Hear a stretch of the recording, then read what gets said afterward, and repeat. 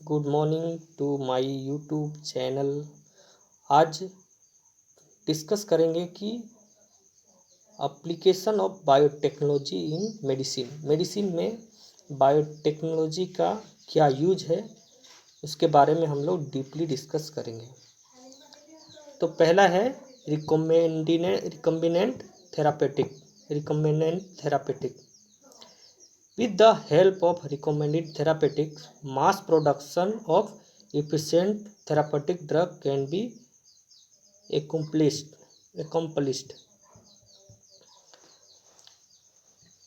Recombinant DNA technology में mass production को बढ़ावा देने के लिए इस्तेमाल किया जाता है बायोटेक्नोलॉजी का, और यह these are safe and do not induce unwanted immunological response. यह सेफ भी है और इसमें कोई भी साइड इफेक्ट रिस्पॉन्स नहीं करता है हमारे बॉडी के द्वारा या हमारा इम्यून सिस्टम के द्वारा। इसलिए बायोटेक्नोलॉजी का इस्तेमाल हम लोग मेडिसिन बनाने के लिए रिकॉम्बिनेंट थेरापेटिक बनाने में यूज किया जाता है। दूसरा है genetic engineering insulin, genetically engineered insulin बनाने में।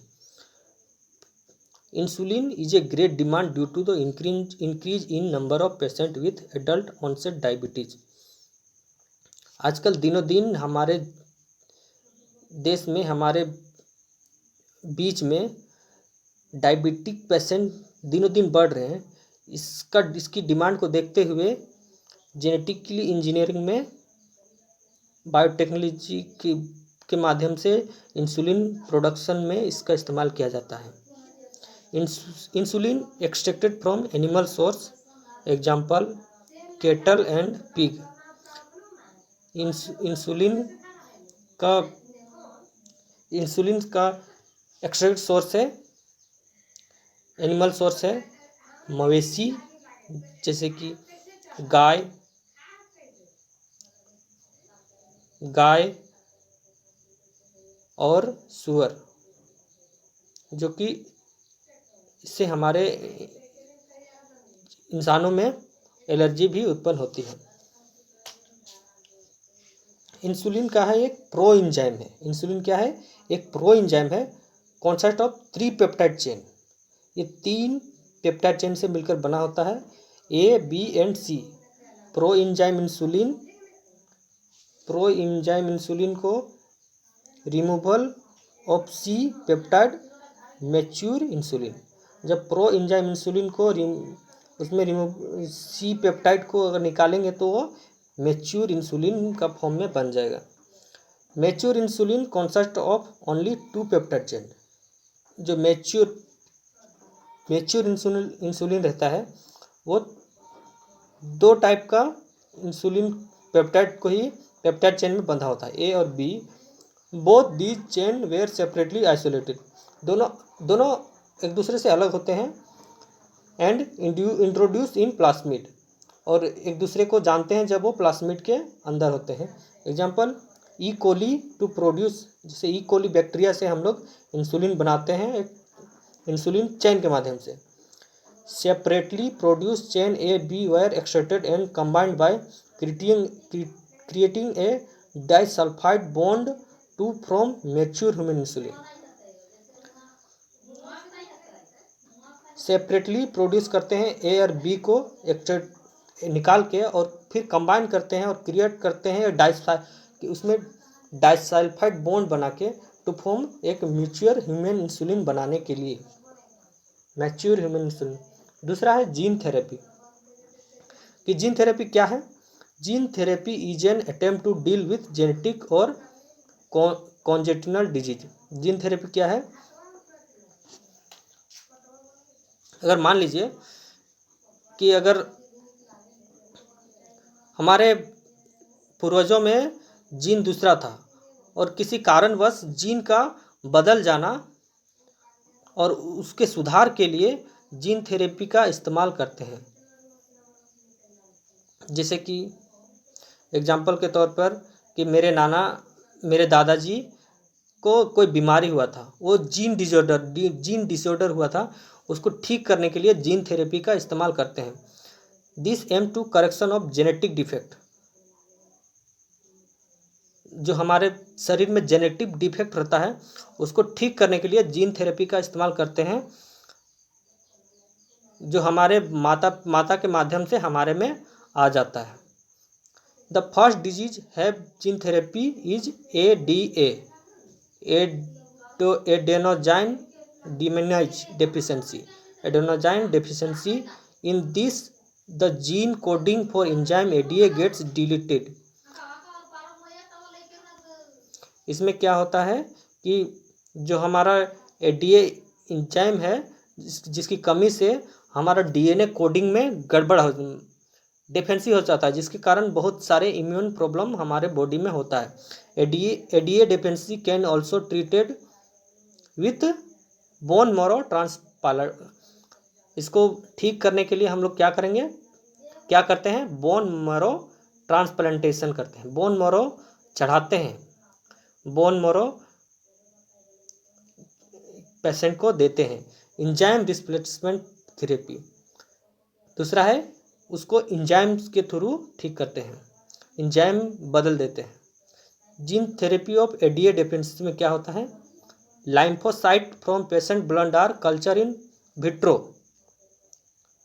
लाइम्फोसाइट isolated from patient blood are culture in vitro. जो हमारे ब्लड में लिम्फोसाइट्स रहता है वो अलग होने लगता है।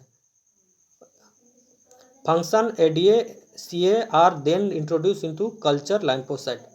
These lymphocyte are return back to patient's body.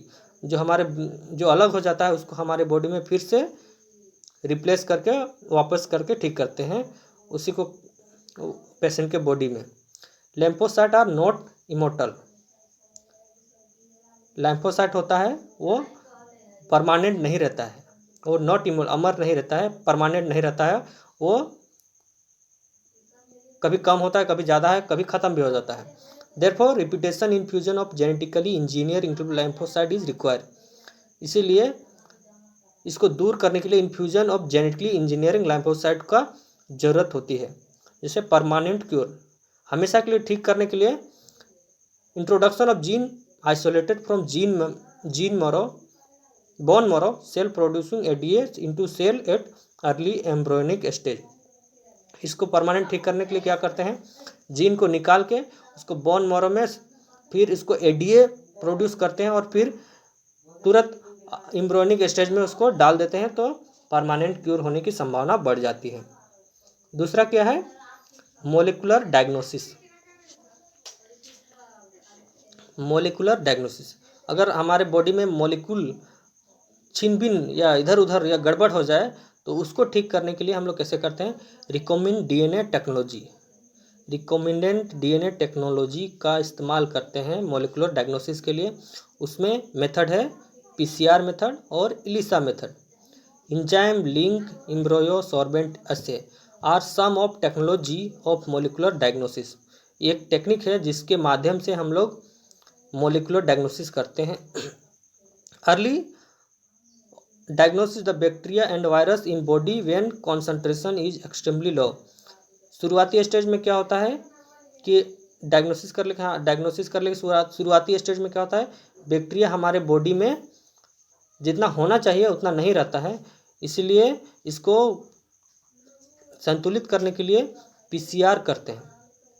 It is amplify the DNA several faults. PCR is used to detect HIV virus is suspected AIDS patient and mutation in gene in suspected cancer patient।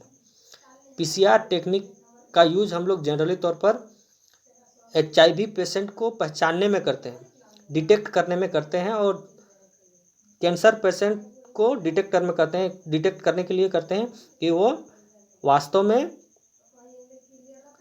Cancer है या नहीं है, या उसमें वास्तव में HIV है या नहीं है।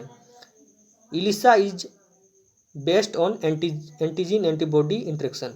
ELISA मेथड बेस्ड है एंटीजन एंटीबॉडी इंटरेक्शन के लिए in presence of an antigen, जब उसमें एंटीजन मौजूद हो। And the antibody produce against it can be defected. और तीसरा है hybridization with radioactive probes.